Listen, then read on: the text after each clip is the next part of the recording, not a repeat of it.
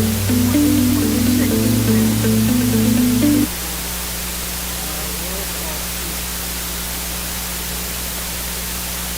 Kennedy? Present. Commissioner Camella? Present.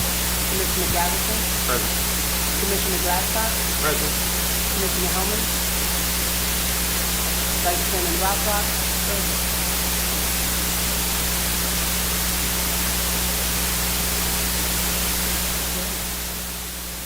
Seeing no number 20 on the agenda, I guess we'll move on to number 4, which is election of chair and vice chair. Chairman, may I ask that we delay that just to see if our chairwoman is going to arrive and maybe go through the next item? Thank you.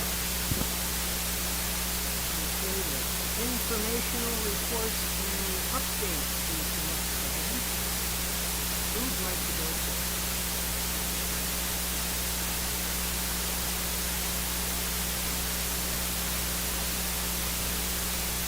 Hello, I'm Ava Cutro. I'm the interim community development director. First, I would like to reintroduce Commissioner Garrison.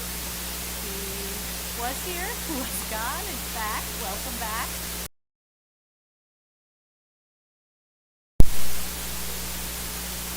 Glad to have you back. I'd also like to introduce our new planner. If I have Connor stand up, please. This is Connor Bustamante. It's his third week here with the town. You'll be seeing a lot of Connor. He's done some work in Prescott and around the valley, so we were lucky to get Connor. Thank you, Connor. And lastly, I'd like to thank you all for being so good to me in my stay here, but this will be my last meeting. Next week will be my last week because we have hired a new director. Her name is Sammy Real. She's joining us from Clark County, Nevada, and she will be at your next meeting. And that's all that I had. Wonderful. Thank you for that. Do we go back to the election of chair and vice chair now? Well, we're gonna wait for. Okay. We'll continue to wait. So, that brings us to old business.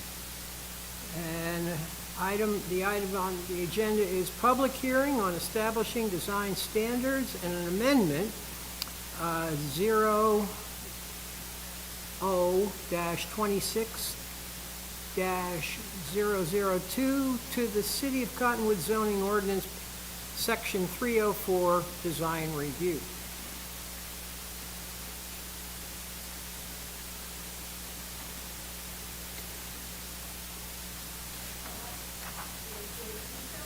Interim Community Development Director, and I'll be discussing the amendments to Section 304 Design Review and the design review standards that we are establishing.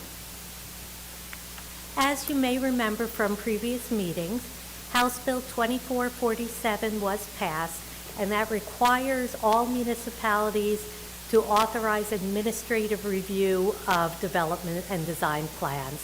So the design review that used to come to the commission will now, most of the design reviews will be reviewed administratively by staff. In order to do that, we had to come up with objective design standards. Right now, and you'll see as I go through the slides, what we have in our code is vague because we used to bring those design reviews to the commission and we get feedback at that time. Since we are now required to do this internally, as are all municipalities in the state, everybody has to come up with objective design review standards.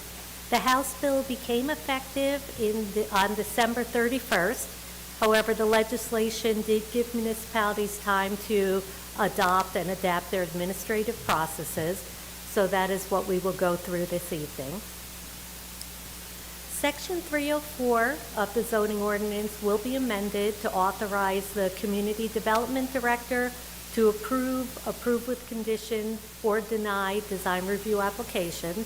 That's what we call the administrative review. We are also tasked with coming up with processes for administrative review, and also commission review, should some design reviews still come to the commission.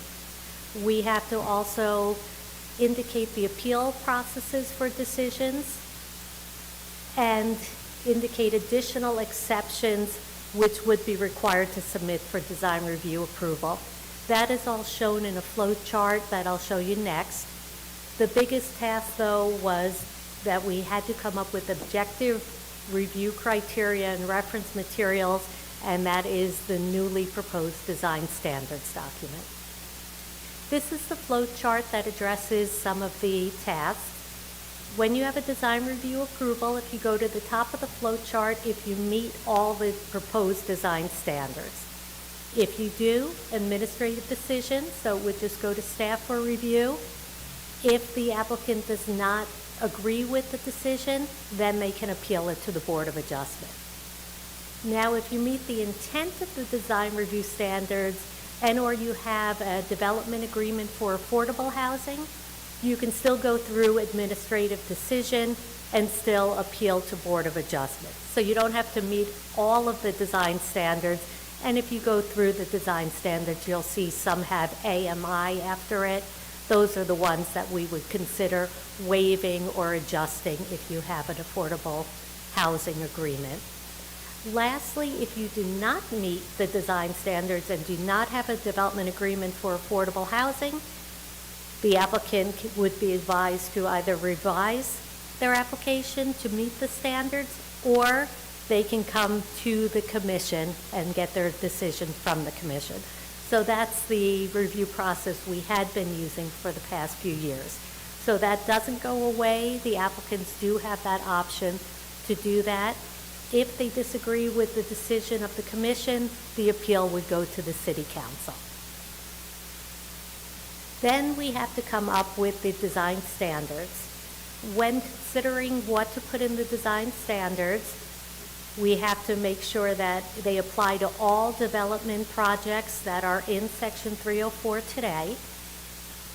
As I mentioned, they can be modified or waived if you have the AMI, the Area Median Index, so you are applying for affordable, and that none of these standards that are being proposed allow you to deviate from the code, and things that aren't covered in the standards, you would still go back to the zoning ordinance for guidance on. As I mentioned, currently our guidelines are just that. They're guidelines and they're vague. When talking about architectural details, it says they shall be visually compatible with buildings and structures to which they are related. That's very vague and also not helpful if there are no existing structures. So what we are looking for in the proposed standards are things that are measurable, that are objective. So building facades visible from the street shall have a 2-foot variation in depth at least every 40 feet, and things that are really, you can look at and you could state whether or not they're met. There's no bias involved, no personal opinion. The League of Cities put out a standards for us to come up with objective design standards and a helpful guide. In there, they listed different types of objective standards. We decided on a combination of yes-no standards. For instance, rooftop mechanical equipment must be screened. You look at the plans, it's yes or no, whether they meet it. We also looked at counts and measures. The second example, fences shall not exceed 3 feet in height. That's something that's measurable. Again, it's objective, it's not vague. And then we like the list categories. Garage doors shall have one of the following, and there's a list of items they could choose from, because this still allows flexibility in the architectural design, but it does give us quality development.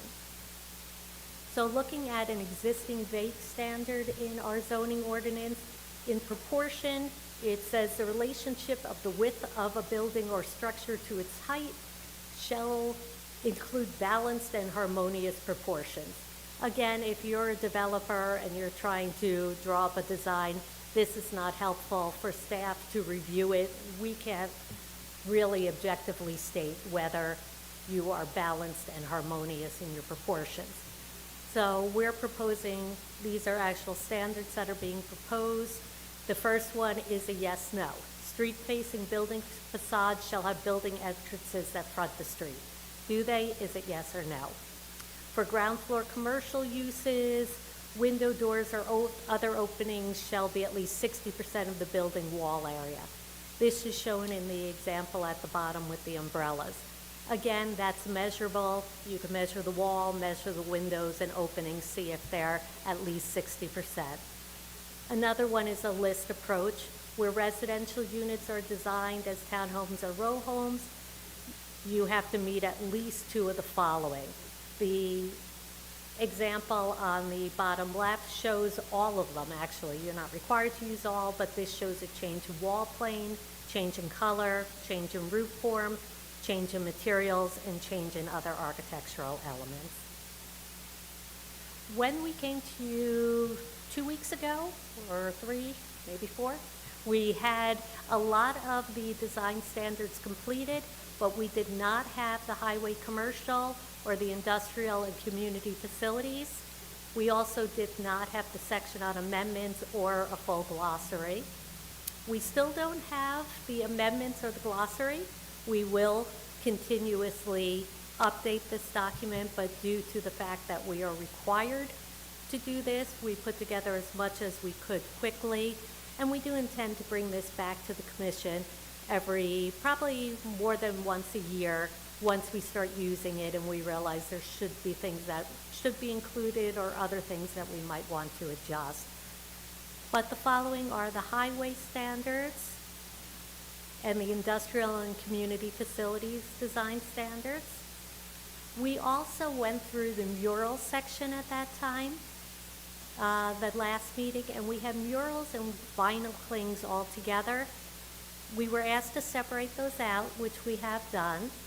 We were also asked to not limit the murals to just 50% of the wall surface area, so we removed that.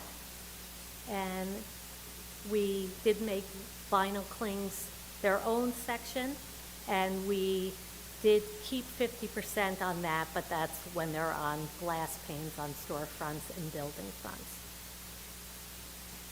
Tonight, we are asking for a recommendation of approval to council.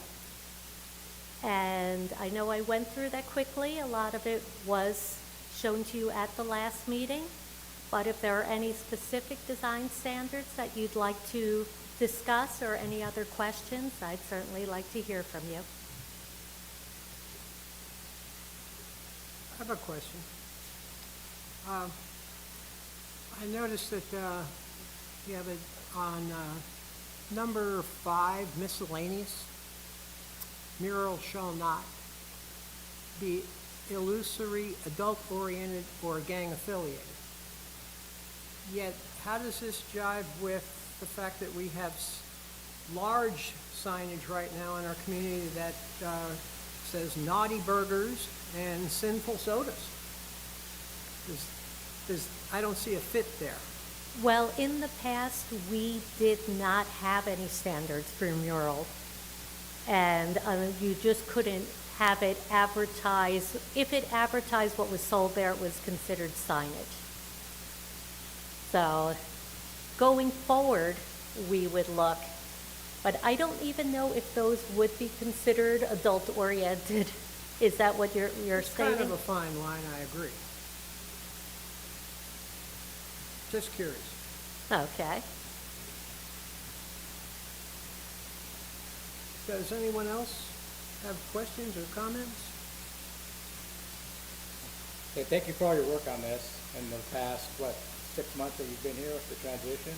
Not even. We started this, I guess, November, but thank you. Yes, we really took a deep dive. We looked at California had a lot of examples because they were required to do this, but theirs was only residential. So then we had to look nationwide for commercial and industrial standards. Thank you for all that and for your service that you gave us. So. Thank you. Anyone else, questions or comments? Do I hear a motion? That's what I was trying to get back to. I move to approve. Or is read that. I move to recommend approval of ZO 26002 to the City Council. I'll second that. All in favor? Aye. Opposed? None? Motion carries. Thank you very much.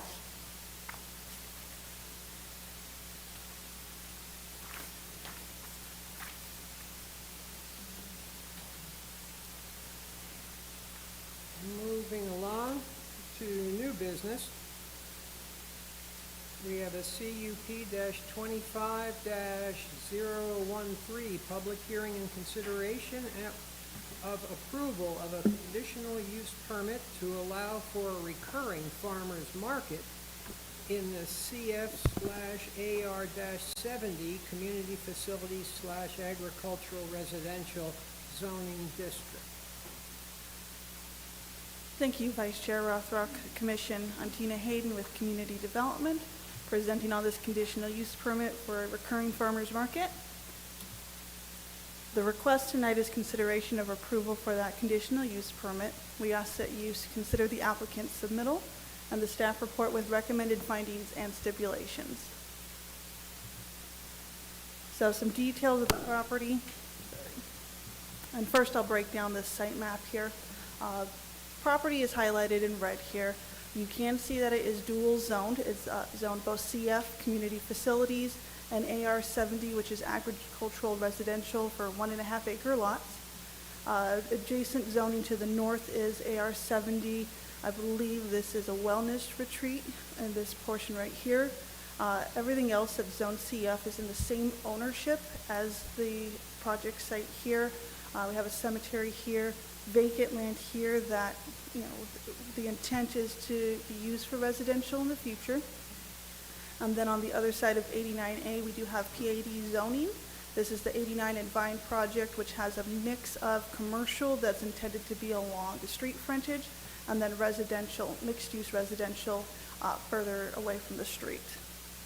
That is a project that's been a long time coming, might be a bit longer before it's fully developed, and we'll keep bringing it back to the commission when possible.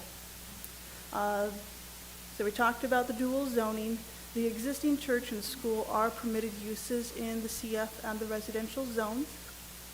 The farmer's market is considered accessory and would be of similar intensity to those permitted uses. It is a 1 acre portion of the whole 18 acres approximately. The applicant does propose operations from 8 a.m. to 2 p.m. on Sundays year-round.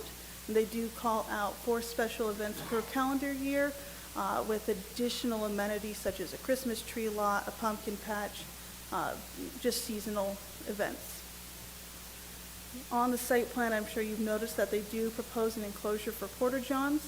Applicant states that these will be removed for cleaning every 2 to 3 months, and they've done some due diligence on obscuring that from the public view from 89A. For those 4 special events, they will propose off-premise signage. Per our zoning ordinance, we do allow the off-premise signage to be placed 7 days prior to the event, and it does have to be removed 24 hours afterwards. Now we're dissecting the site plan here. First, I'd like to point out the north arrow here. We have 89A right here, Bill Gray Road right here, and the church here to the south. This is that overflow parking lot area where they're planning to occupy on Sundays. You can see emergency access here from Bill Gray. They call out their 10 by 10s, tents that they'll be setting up, areas for food truck vendors, and I think the thing we're most concerned with is the location of the porta-johns. They'll be in this area right here, behind the tree cover, set back from 89A here, and then separated from that adjacent property by Bill Gray here. We've got some renderings of the porta-johns. So here we're looking eastward towards 89A. You can see the foliage that they're planning on using to obscure this, and their screening, which should not exceed 6 feet in height per our zoning ordinance. Another aerial imagery of where that is located. You can see Bill Gray Road here, 89A over this side here. Regarding So they will have signage during the event. It has to be taken down at the end of each event. But this will be their on-site signage that they'll have on Sundays. And then looking at existing conditions. So first we'll look at adjacent sites. Again, I'd have you observe my north arrow here. It's going to guide you on, where we're looking at here. So this is the cemetery that, again, is the same ownership, just off to the west. Then here we have that wellness retreat location just to the north-ish of the site. We have some street views here. And you can also see the vacant land over there for that PAD zoning for 89 and Vine here. So here we're looking eastward towards Sedona on 89A. And then here we're looking closer towards Cornville and Cottonwood. Looking at the subject site, and again, I only took pictures of that 1 acre portion that they're looking to occupy. Again, I'll observe my north arrow. This is Bill Gray Road. Our backs are to 89A. You can see the church here. This is that overflow parking lot that they'll occupy. Another view with our backs to 89A, looking westward. In order for the commission to approve a conditional use permit, they do have to make findings. The first findings of fact regarding general findings that the project is not detrimental to the health, safety, or welfare of surrounding properties. Again, applicant does call out their hours of operation from 8 a.m. to 2 p.m. on Sundays year-round. They do propose off-premise signage, but that will be limited to the 4 special events per calendar year. They are proposing an enclosure for those porta-johns, really working hard to obscure that from public right-of-way. This will be conducted within the church campus on the overflow lot. Regarding compatibility with surrounding uses, we want the project to be compatible with surrounding uses in the vicinity. All the zoning for CF and AR 87 does permit churches and schools. And again, we said that the proposed use is considered of similar intensity to what's already on site. Then we also have significant right-of-way separation between the nearby parcels. So we have Bill Gray Road separating that wellness retreat and 89A separating 89 and Vine. The last finding of fact regarding traffic and circulation, that there be adequate access to public streets and highways. This site is accessed from Bill Gray, which connects to State Route 89A. Applicant indicates that the existing church parking lot will have sufficient parking. I think it's about 330 some stalls on site. There are 5 stipulations that staff has indicated in the staff report. I'm not going to read these verbatim here, just summarize. The first stipulation is that the project adheres to what's approved tonight by the commission. Second stipulation, that the project conforms to the code review board comments given. Stipulation 3, that the project just comply with all applicable sections of the zoning ordinance. Stipulation 4 specifically calls out for the off-premise signage only being allowed for 4 calendar events, not to exceed 7 days.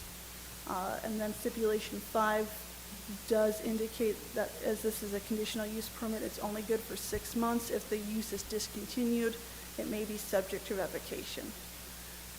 That concludes my presentation. I am ready for any questions you may have. I also have the applicant here for any questions as well. Yeah, I have a question regarding the porta potties. Since that right off Bill Gray Road, it's an off-road section where a lot of people will maybe boondock in their RVs and whatnot, or live there for an extended period of time. I think those porta potties should be locked potentially during non-operational hours, due to the fact I think they would be abused with all the people that camp out that way. Just my thought. Thank you for that, Vice Chair, Commissioner Glasgow. We do recommend those 5 stipulations, but you're more than welcome to, wordsmith another stipulation regarding the locking of that enclosure area. Did you have questions for me, or would you like to discuss that stipulation with the applicant? Does anyone else? I got something probably more for the applicant than yourself, so, I agree with the toilets, but if you leave those unlocked and having prior knowledge of owning those, if they're not locked, they're gonna get destroyed during the week. So, but that's more for the applicant, I mean, and it'll just create people to go in there, like you said, I mean, that's just how it is.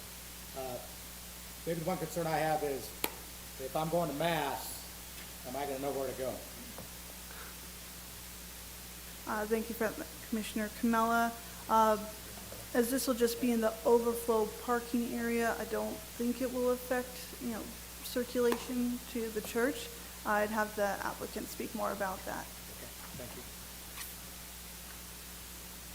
Any further questions?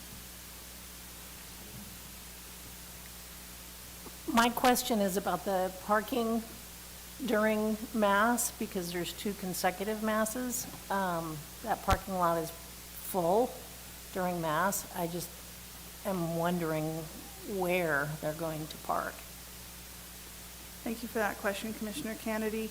At the time of the code review meeting that we had with the applicant, they said that one of the intents of doing the farmer's market on Sunday was for those who attended Mass, that they would be able to just walk over to this area and enjoy the farmer's market.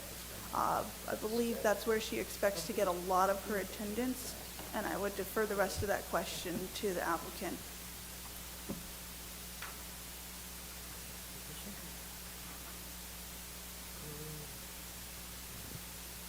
I think my question is also for the applicant.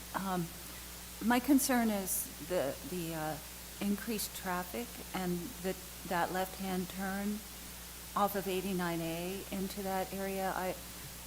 I drive through there frequently right about the time that Mass is starting, and you see a lot of people making that turn, and the traffic coming into Cottonwood is going at 65, 70 miles an hour.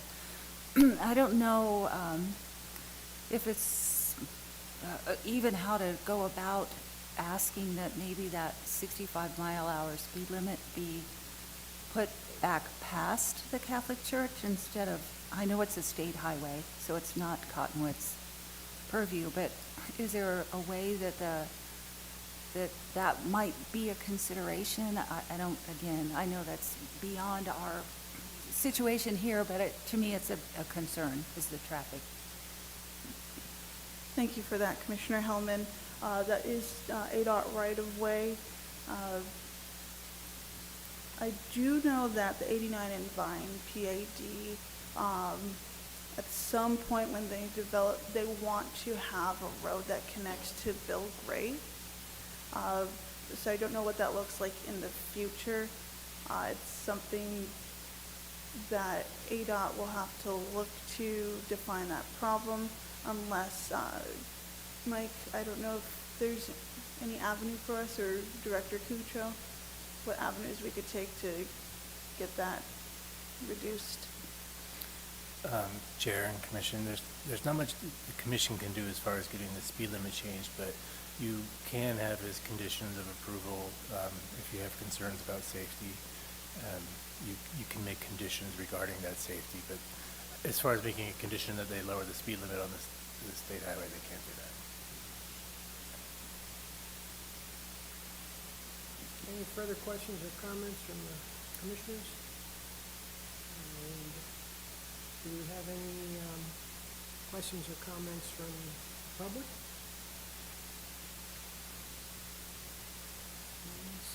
Seeing none, what's the next step? Pardon? Thank you. We'll hear from the applicant.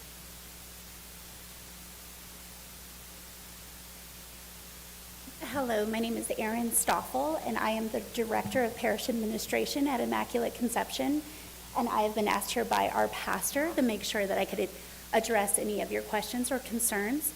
It is, one thing I'd like to acknowledge is that we are just the hosting site for this event. Don Peterson is the one who's bringing in Connect the Harvest LLC, and will be utilizing the space.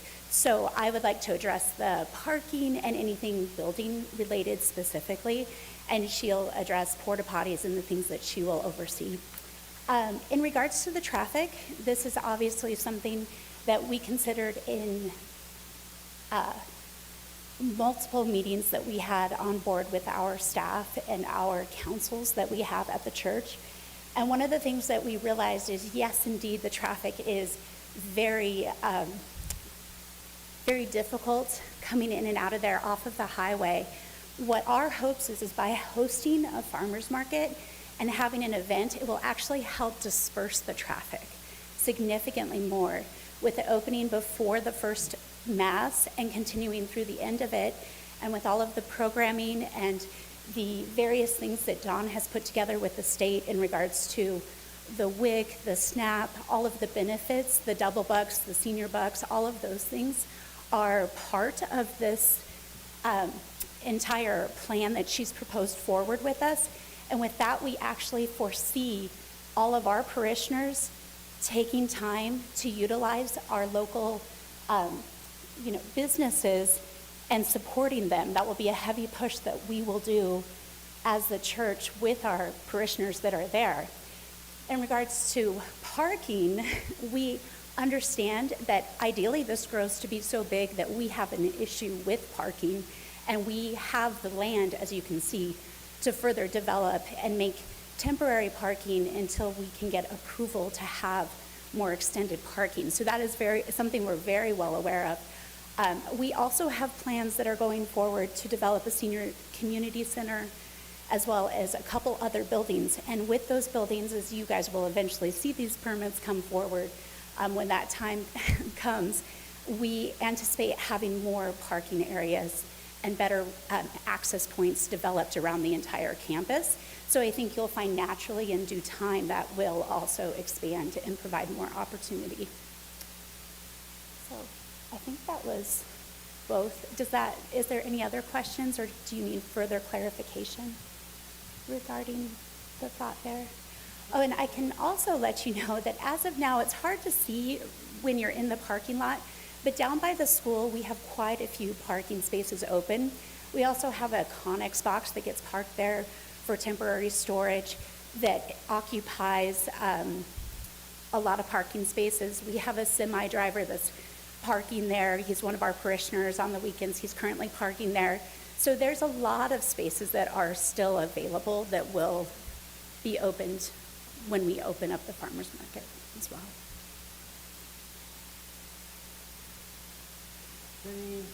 Any questions or comments? Thank you all so much. I'm going to have Dawn come up.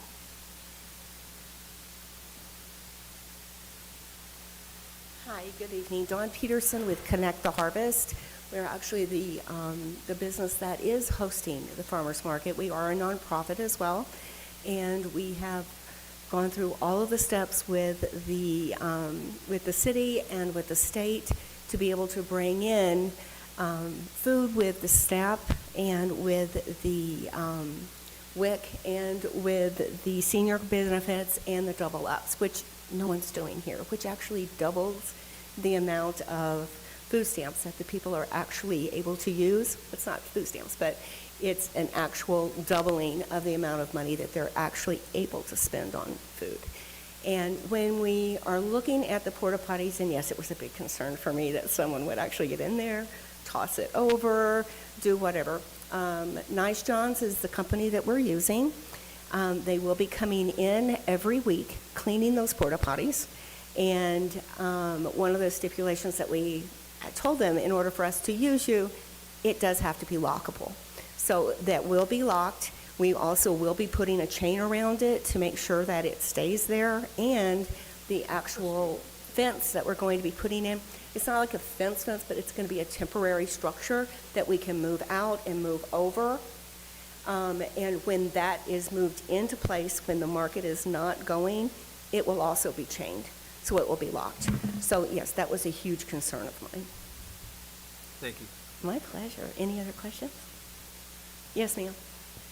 Are these local vendors that are They coming are in? local vendors, and everyone is in Arizona. Yeah, that's coming. Mm-hmm. So we have a local lot as of to local. the Verde Valley or just to Arizona? You know what? I'm accepting everybody that I can find from the Verde Valley. Okay. Yeah, yeah. And it is primarily, this is not an arts and crafts fair. This is a food market. And our 4 major areas that we're working on is food, kitchen, renewables, such as composting, anything that we can actually bring in to actually help people, and garden. So those are the 4 areas that we're concentrating on in the market. You're not going to have knickknacks. You're just not. And one more. Yes, ma'am. Are you going to include the kids from Immaculate Conception with their products? Am I going to include what? The kids from Immaculate Conception with their products? The, Are they gonna be able to have a if they booth? fall within all of the guidelines that the city has given me, I can. However, there are guidelines that we have to follow with the health department and with the city, and if that's the case, yes. But they will have to follow all the guidelines like everybody else on the market. Okay. Anything else? I just want to clarify, you Yes, will ma'am. be setting up and taking down the stations every week, right? Oh, my goodness. Oh, gosh, yeah. Oh, yeah. That's so much work. It is. Oh. I've been doing farmers markets for 18 years. I've been doing them in the Phoenix area for 18 years. My business, I have been doing for 19 years. And yeah, I have missed in 18 years, I think, 5 markets, and a couple of them I had a kidney transplant, so I had to be out for that. I do have a son that helps me in the business who's been with me since he was in 8th grade. The whole business is actually kind of built around him. And he wanted to do this, and it just blossomed. You know, we have actually been voted Best of Phoenix with my business, and we've been on the Food Network as well. So, yeah. It's like I know just a little bit. Any other questions? Comment, it sounds like this could really be an asset to our community. I thank you for bringing it here. Thank you, sir. You know what? I really believe it will be. There's an incredible need, I think, here. Manzanita and Pinnacle are doing amazing jobs, but there's a huge gap. There's a huge gap, and there's one farmer's market in Camp Verde that will actually do double up bucks, but double up bucks are where you go in and you take out, say, $10 off your SNAP, which is your food stamps, and the city or the state gives you an additional, they match that, and it doubles the amount of stuff, but it can only be used on fresh produce, garden starts, beans, and a couple of other things. So they're actually giving them enough money or more money to where they can go in and buy more food for no cost. And I have a comment too. I just wanted to say, I really appreciate the fact that you're not competing with other farmers markets in the area. You picked a different day, There's no which reason. gives more access to people. You know, this isn't a competition. This is feeding people, and that's what's important. There are other farmers markets, and a lot of them have different programs, but I don't know of any farmers market within a 75-mile radius or even a 85-mile radius that's bringing in all of the state programs like we are. And we're including in all of this, the Arizona Humane Society will be there with their adoptable animals. We're also bringing in a couple of the shelters and the rescue groups. And we're also including the Cub Scouts, Boy Scouts, and we're including the Girl Scouts that are going to be there as well. And I'm working on FFA and 4-H. Any questions? Excellent. Thank you. Further questions or comments? Seeing none, do we have a motion? Chair, if you don't mind, did you open it up to the public for any comments from the public first? Oh, thank you. Does anyone from the public wish to comment? Seeing none, then we'll move on to a motion. I move to approve CUP 25013 to allow for a recurring farmers market in the CFAR 70 Community Facilities Agricultural Residential Zoning District based on the findings and subject to the stipulations indicated in the corresponding staff report. I'll second that. Thank you. All in Thank favor? you. All Aye. in favor? Aye. Aye. Opposed? Motion carries. Thank you so much.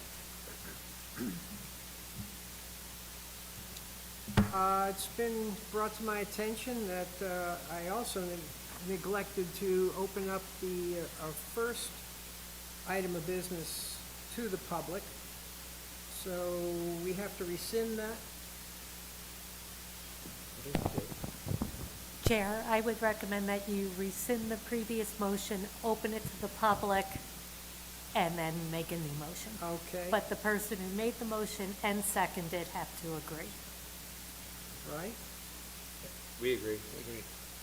So, the public hearing on establishing design standards and an amendment Z0-26-002, the City of Cottonwood zoning ordinance, section 304, design review is now open to comment from the public.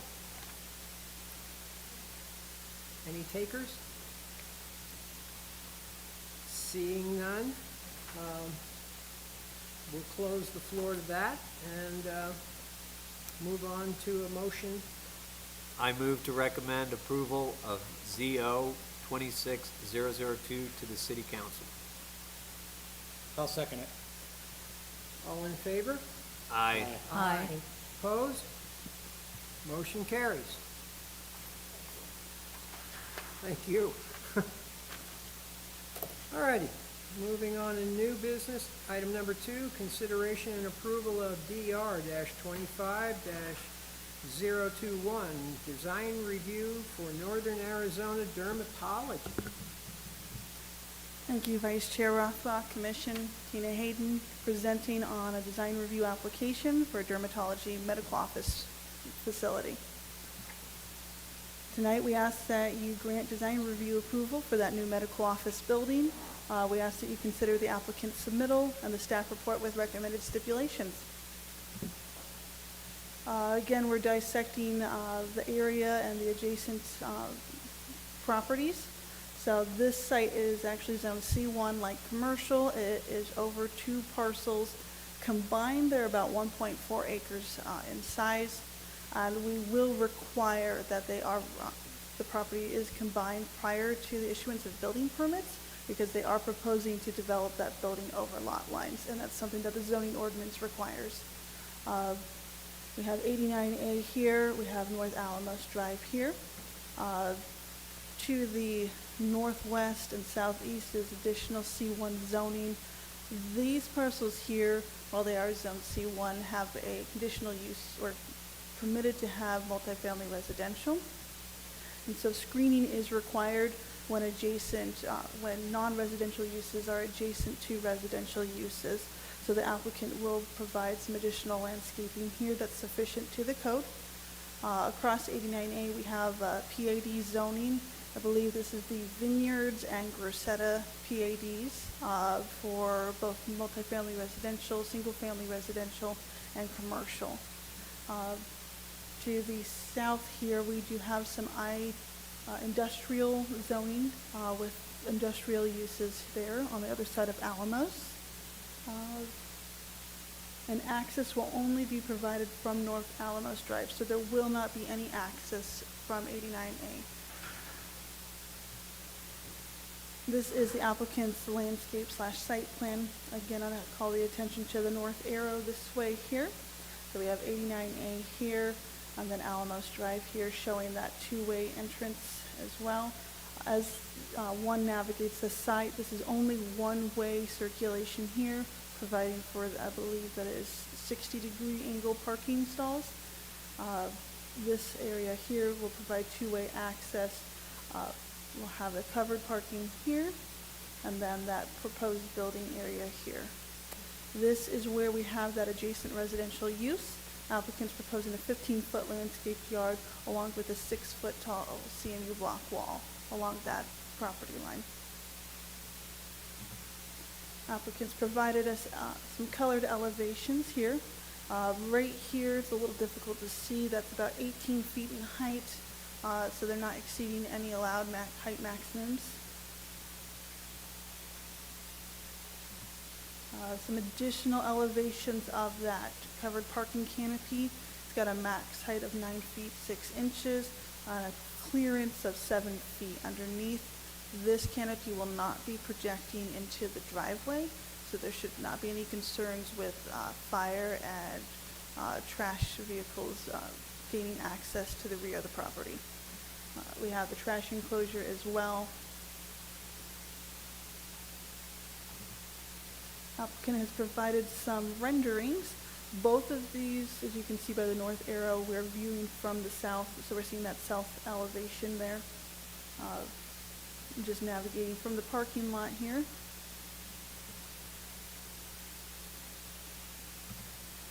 And then just looking at the current conditions of the site, we have our adjacent properties. This is on the other side of Alamos towards the south with those industrial buildings and uses.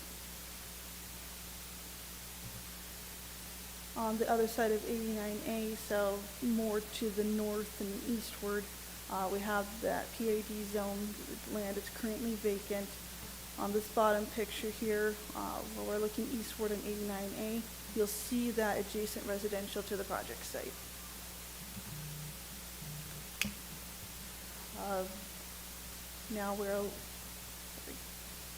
This is looking from Alamos towards 89A, so we're looking at the subject site.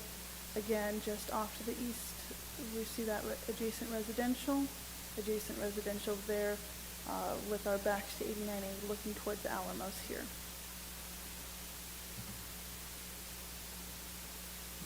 Staff does propose 5 stipulations that are indicated in the staff report. Again, I'll just summarize these real quick.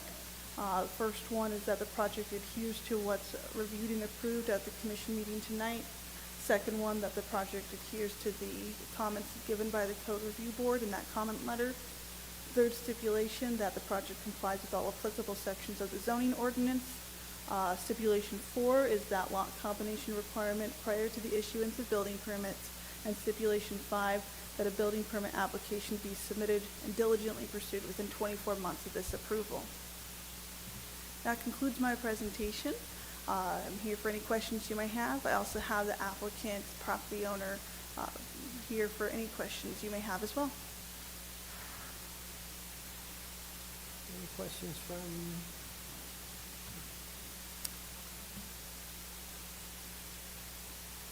Seeing none. So we'll hear from the applicant.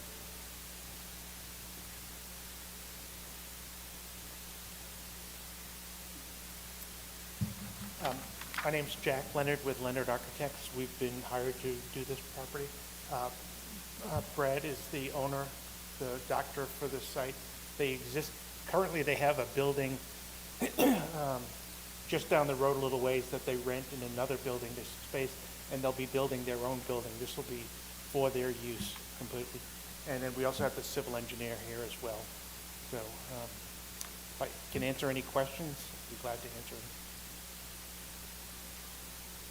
Any questions? I like the roof over the parking area. I think it's always a nice sight to see in the summertime. Yes.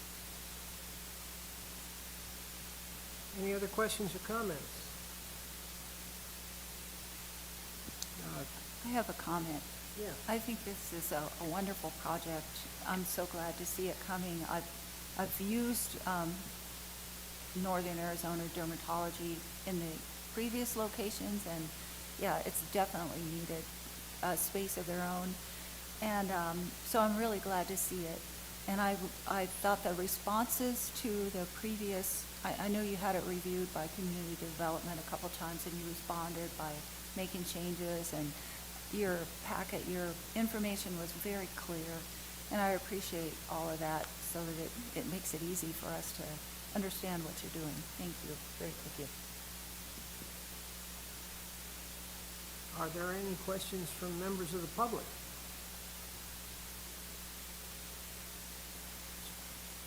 Well, seeing none, let's move on to making a motion. I got a question for staff. Okay, thank you. And it doesn't really have to do with you, so thank you. And it also isn't against you. The very first thing in the meeting, we approved the new guidelines for design standards that'll be sent to the council for approval. And when I'm reading and I'm listening to the presentation when it came to the design standards, the idea was that you are no longer going to allow big boxes to be built in the city limits, right? That everything had to have some type of architectural motif or a break in the way it's designed, so that you got rid of big boxes and you created lots of little boxes, right? But when I'm looking at this design, it doesn't appear to me that it would meet your new standards that you're asking to be adopted, because you basically got two big boxes and you're not having the elevation changes or the different types of reliefs that you're talking about. 40 foot across, you got to have a break. You don't have that here. You have a window, and you have, the use of steel on the other box that will be a relief and add texture. But at the end of the day, you still have two big boxes, and I'm just kind of curious how this design jives with what you're going to expect to be the new standards for the city. So it's not against your box. I like the design. I love it. It's a very pretty building. Chair, Commissioner, we didn't compare this to the design guidelines. I think you might be correct on the northwest elevation, but I don't know the measurement of that side. But yes, something like the northwest elevation is something that we would have asked for some break-in. But depending on the length of that, it may be a smaller dimension than we're requiring. But we will go back and we'll take a look at it, and No, and that's not what I'm after. I'm trying to make peace with the new standard. Yes. Versus what, in my mind, is a beautifully designed building that I would be proud to have, yet it doesn't fit our design standard. And that's what you're going to start holding everybody to, that standard as we move forward, unless I guess they want to come to this board or the council and object and ask for a waiver, right? And Chairman, Commissioner, again, I haven't measured this, but I think 3 of the elevations would meet it, because it's a change in materials and they have that. And we'd have to check the windows and see if they're recessed and the overhangs. So a lot of that would probably meet the design standards. It's just the northwest which may not, but that might also, because it does have the overhangs over the windows. So we'd have to go back and check. But yes, we are trying to discourage the big box. I don't know that that northwest elevation is long enough to require a break in the plane, but we would check things like that. And again, we would just encourage the applicants to do that. That's why we went with a lot of lists, so they have choices and not just yes and no.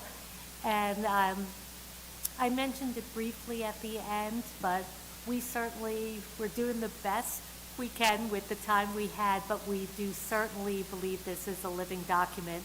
And once we start using it, if we do have to amend things, we'll bring them back for amendments. Great, thank you very much. Thank you.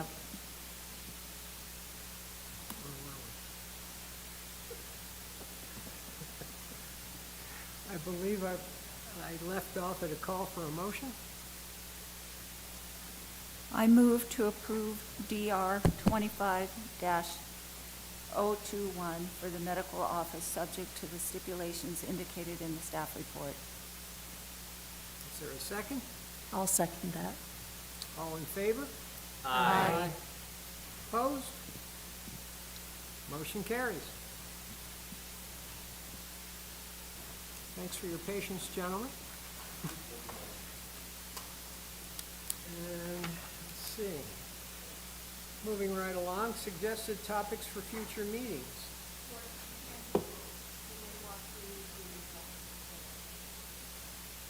Oh, no, we don't have some key people here. There's some people missing before we do that. Chair, in that case, I do suggest you guys vote to postpone it to the next meeting. I see. Okay. Move to table. Second. All in favor? Aye. Aye. Opposed? Motion carries.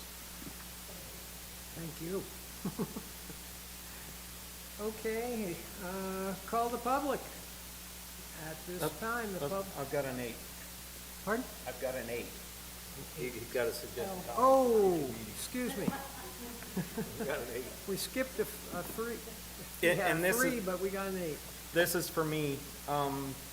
In the past, we would get, and I'm not sure it was attached to every meeting, but it seemed like it was towards the end of every packet we were given was a page that would list out the different projects that had been approved and where they stood in the timeline of their application, and also if they had started or not started in any manner. And I'm wondering if that is still happening, and if it's not, I would ask that it does start happening again, because I really appreciated seeing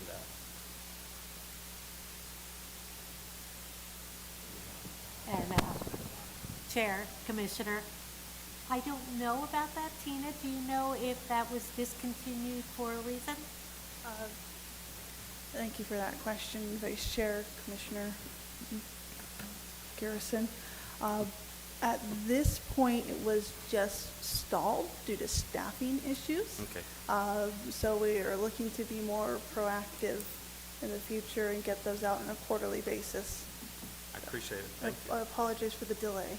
No problem. Just want to make sure it was still on the radar. Thank you.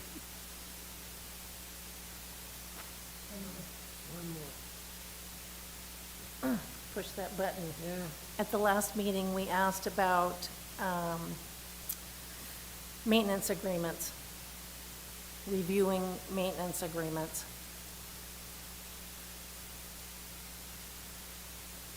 Have we made any headway?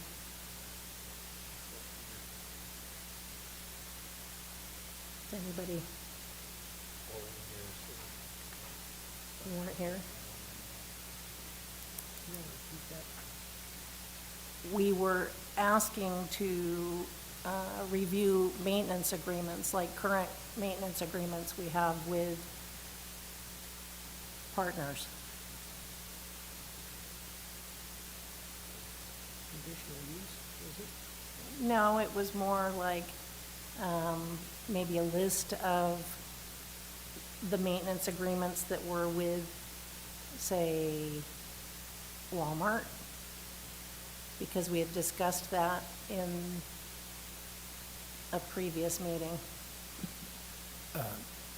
Chair and Commissioner, what I'm hearing is, since this is a suggested topics for future meetings, is that at a future meeting, if it's within the purview of this commission, we'd like to have as a topic maintenance agreements, and then general discussion about that and what we can, if anything, do regarding those. Correct.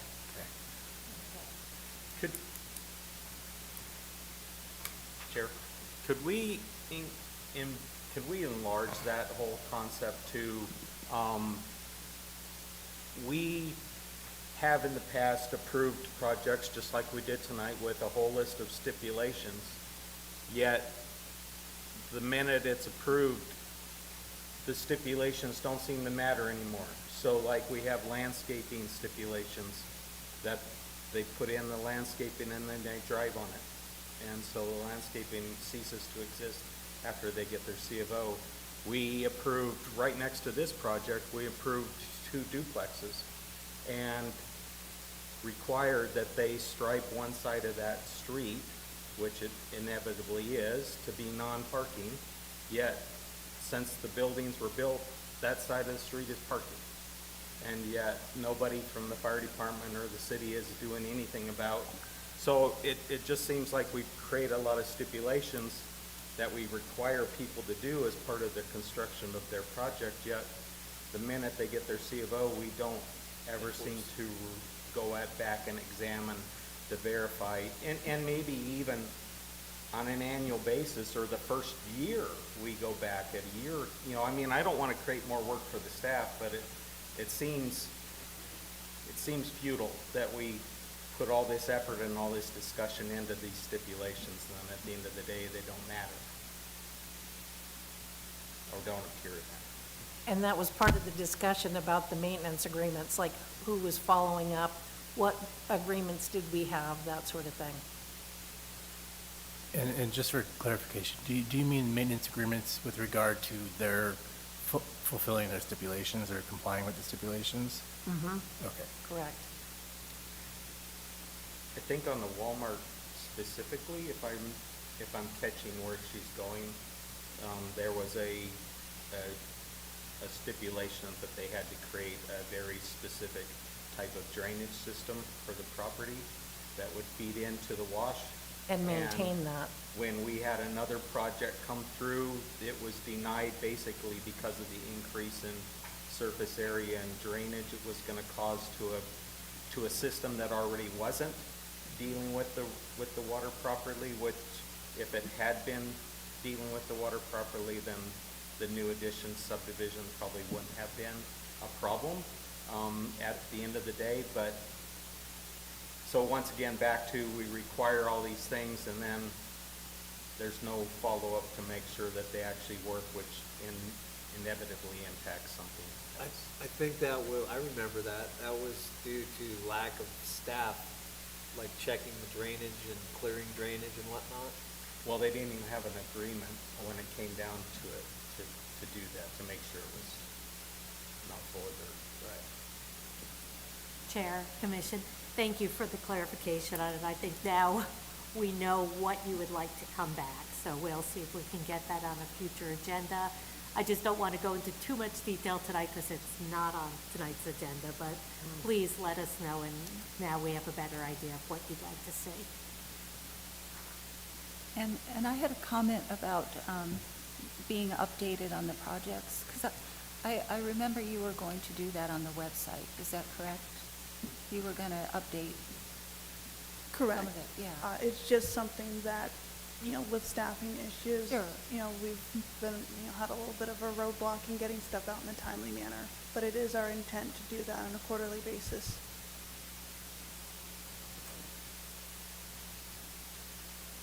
Thank you, Ms. Hayden. Okay, on to the call of the public. This is the time for the public to comment on anything that doesn't appear on the agenda. Is there anyone who would like to give us a piece of their mind? Maybe all we have is a piece.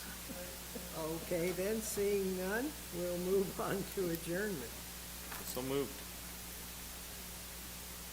Is there a second? Second. Second. Second. Meeting adjourned. Thank you.